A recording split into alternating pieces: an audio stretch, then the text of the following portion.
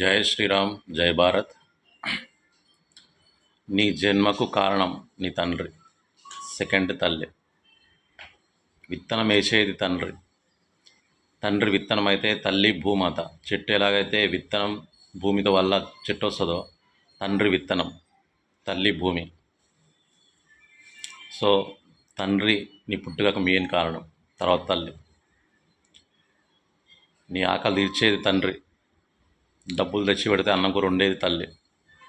కష్టపడి తిన్నా తినకపోయినా నీకు పెడతారు. చిన్నప్పుడు ఎందుకో వాడు ఎదగాలి, బాగుండాలని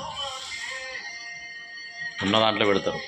లక్షాధికారి కానీ కోటీశ్వరుడు కానీ, కోటీశ్వరుడు పక్కన పెట్టి మిడిల్ క్లాస్ వాళ్ళు, పేదవాళ్ళు కష్టపడి సంపాదించి నీకు ఆకలి తీరుస్తారు.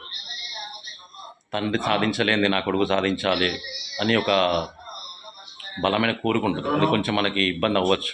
నేను చేయలేకపోయినా నా కొడుకు కావాలా, నా కొడుకు సాధిస్తే నువ్వు సాధించిన దాంట్లో చూసి నీ తండ్రి హ్యాపీ అవుతాడు, నా కొడుకు సాధించిందని. అట్లా నీ తండ్రి కూడా ముసలుడవుతాడు.